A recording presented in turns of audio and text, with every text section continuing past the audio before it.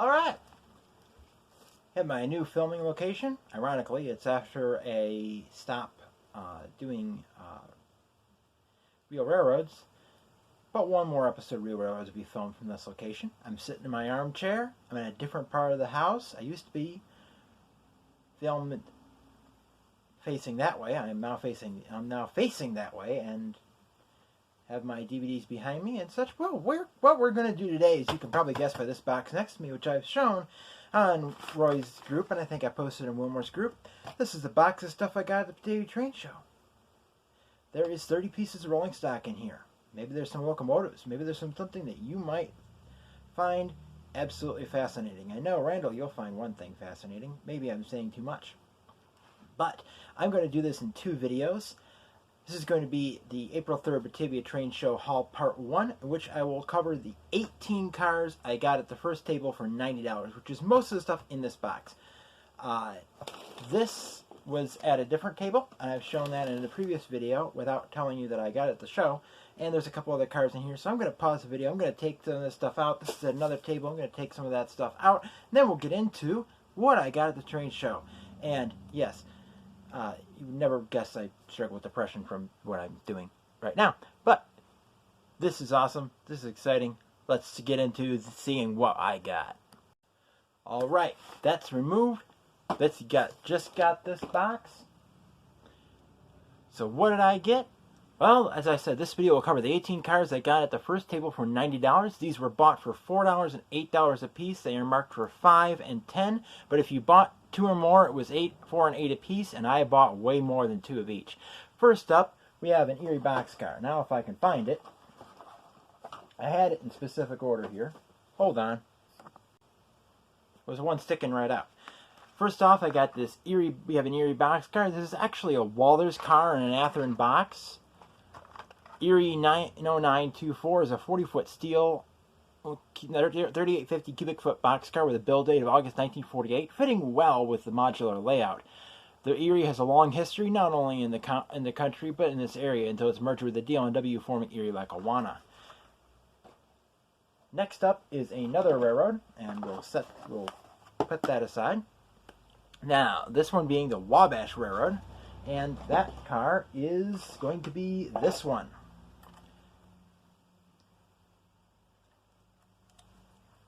WAB 79834 is a 3098 cubic foot, 40-foot boxcar with wood sides and doors and metal ends, and roof. It's got a metal roof as well. This boxcar is in a Walther's box, but it's actually an AccuRail. It says it on the trucks, at least. Model with a build date of November 1918. It was rebuilt with the steel pieces in November of 1939. The second car from the Wabash. And, of course, I got to put this away, and that should be in this box. Yep. I organized everything so I would know where it was, and then I forgot where the Eerie was. Is this Walther's 40-foot steel, 1298 cubic foot gondola, Wabash 14550. Now, this car is a little special because the road number 14550 is actually the zip code around here. This car is a build date of April 1922. The Wabash was created out of mergers with the Wabash Railroad, forming in 1889, then reforming in 1831 as the Wabash Railway, and then again in 1941 as the Wabash Railroad. The over 2,500-mile Wabash was merged in the Norfolk and Western in 1964 and ceased to exist in 1982 when NW and Southern merged to form Norfolk Southern. Next is another railroad. We just have railroad upon railroad upon railroad in this haul. That's not that one. Is it this one? Yes.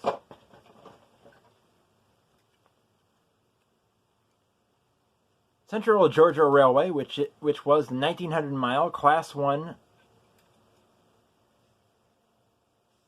that ceased to exist in 1963 after almost 70 years of operation. It was split between the Southern and the Frisco, which was inherited by Norfolk Southern and BNSF. CG 14314 was built September 1913 and has the rooftop brake wheel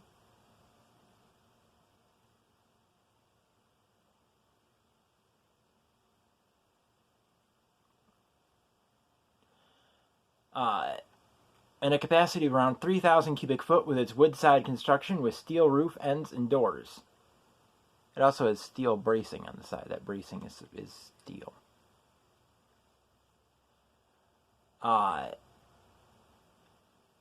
It does not have sliding doors, which is a little bit unfortunate, but It's an AccuRail. I believe this is the only car I got that does not have working doors. I didn't really pay much attention. I know this one has working doors. That one I think is I think it is the only one I got without working doors. But this one was actually in an AccuRail box. It's the only AccuRail box I have. Most of these cars are Walders. There's some AccuRails mixed in here. Okay, next is the Wellsville, Addison, and Gailton, also known as the WAG. The shoe leather line. This is WAG 5034, a 40-foot woodside boxcar with metal ends and roof. The data is partially worn off, but the date appears to be November 1949, which would be the rebuild date. A real boxcar like this would have been acquired used, as the WAG was formed in 1954 when a B&O line became isolated by a washout. It only lasted until 1979, when it was abandoned after being plagued by fires and washouts. 3 F units do remain, but the right-of-way is quite destroyed by washouts. Wellsville and Addison still have a rail line through them, this being the old Erie Main Line, which in Addison is Norfolk Southern Tier Line, and in Wellsville is the Western New York of Pennsylvania. They do not regularly run through Wellsville. This railroad ran from Gailton, Pennsylvania to Wellsville, New York, and from Gailton, Pennsylvania to Addison, New York. Both locations were interchanges with Erie Railroad. They interchanged with New York Central and Ansonia, PA. They acquired the railroad for $250,000, which included 6 former Buffalo and Susquehanna steam locomotives, 4 cabooses, and some other equipment. They served the St. Clair Refinery in Wellsville and tanneries in Elkland and Westfield, hence their nickname, the Shoe Leather Line. In 1972, the WAG no longer reached Wellsville or Addison, so wasn't affected by Hurricane Agnes, which washed out Wellsville. Part of the Wellsville Hospital fell into the Genesee River. They ran to Elkland with their connection to Penn Central and Ansonia Romanian. But in 1973, the tannery burned and more floods caused them to decide to abandon it in 1975. The final revenue freight ran on March 13, 1979. Next, we have a car from the Chicago, Milwaukee, St. Paul, and Pacific, which became known as the Milwaukee Road. The Milwaukee Road was merged into the Sioux Line Railroad in 1986, and today its trackage is operated by BNSF Railway, Union Pacific Railroad, Canadian Pacific Railway, and Wisconsin Southern Railroad. This Walters boxcar models the Milwaukee Road before its reporting mark became MILW. This car is CMSTP and P 714013, a 3276 cubic foot, 40-foot wood and steel boxcar built July 1928.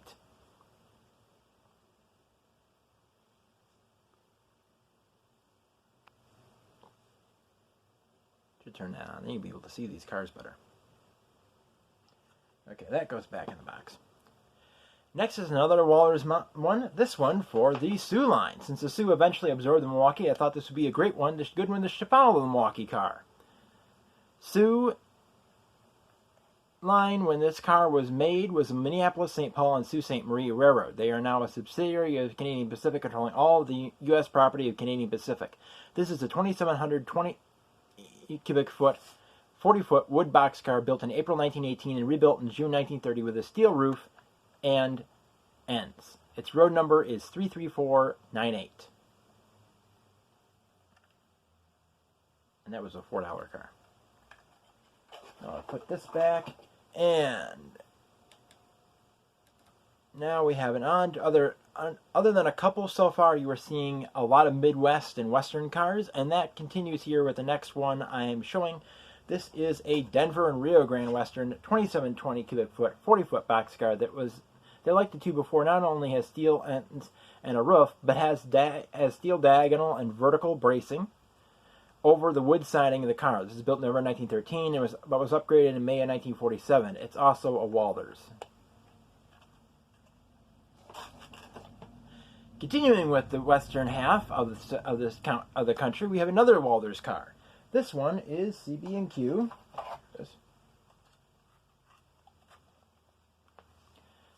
15016, a 2628 cubic foot, 40-foot wood box car, built May 1928 and upgraded into September of 1938. Of course, the Chicago, Burlington, and Quincy was merged with other railroads to form Burlington Northern, which in turn became Burlington Northern Santa Fe. Next is another railroad that formed the Burlington Northern. This car, another Walters creation. This is another 40-foot wood box car with steel ends and steel roof and steel bracing. This is Northern Pacific 28871 and has a build date of April 1922. Jason, you should show Aaron that. He'd like that. That's the rare of the U models. And no, he can't have it. It's his wrong scale for him. Or he's the wrong scale for it. I think it's the other way around. He's the wrong scale for it. How could you let him model and scale? Okay. Next is another railroad. Kansas City Southern. Robert, you'll like this one. For this flat car, also a Walters, KCS 9723 is a 127,500 pound capacity car that doesn't show a build date.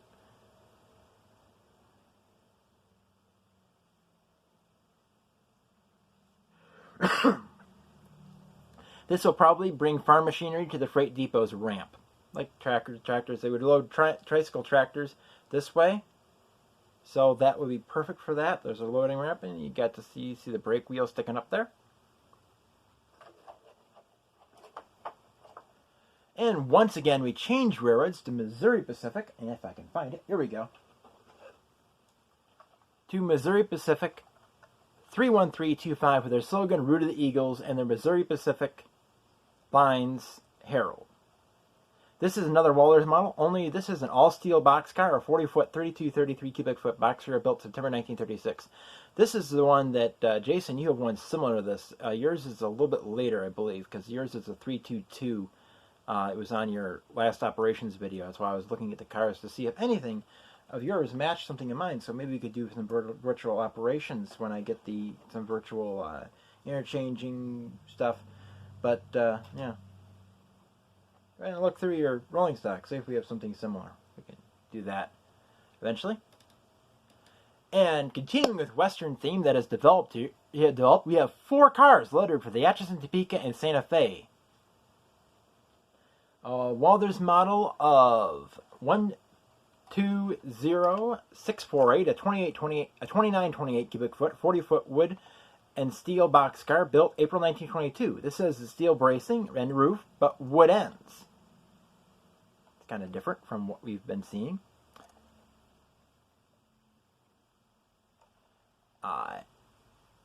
Let's see here. It would have a roof brake wheel, but it's missing. Maybe someday I can find one or make one. Another Walters model is ATSF 128903. 3550 cubic foot. It doesn't look that big, but whatever. 40-foot boxcar built April 1930 with steel ends, roof, and bracing on a wood car. Next, I am only showing one because I accidentally picked up 2 of these. They're in these boxes.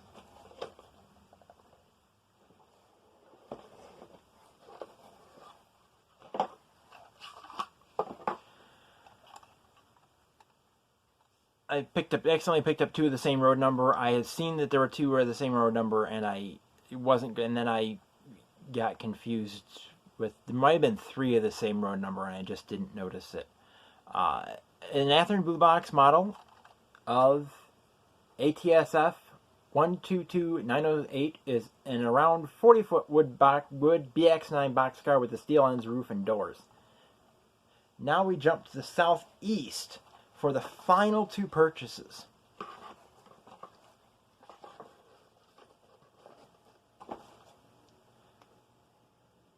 Of this table, both of the same railroad. And I have to get the box under it because I did this. Not quite sure why I did this way. Ah! Do not drop. DC's favorite railroad. This is Seaboard Airline. One is a Walters model of Seaboard 13701. Built in 1928 as a wood boxcar and then upgraded in November 1934 with a steel roof and side braces. The second car is an Athearn Blue Box. Let's see, I got that for $4.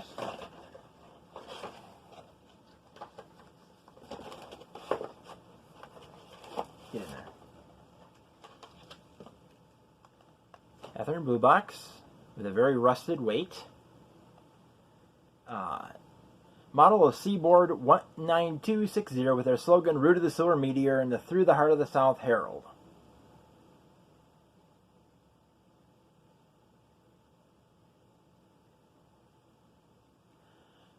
Okay, this is a 40-foot B7 steel boxcar with a capacity of 3713 cubic feet, built in April 1941.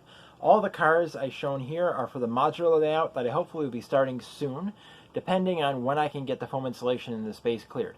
Stores have flex track back in stock, and switches are starting to come in as well. At the time I wrote this, it was true. However, I was going through my wish lists, removing things that are not in stock, and discovered that almost every single switch is out of stock again. So yeah, I haven't cleared any space for it yet. I'm trying to, but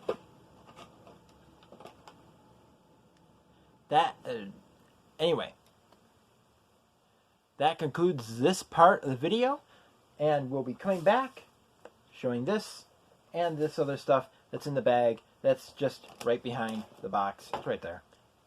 But I'm going to get this stuff back in this box, and then we are going to start recording again and record the other stuff, and you'll see the other stuff I got.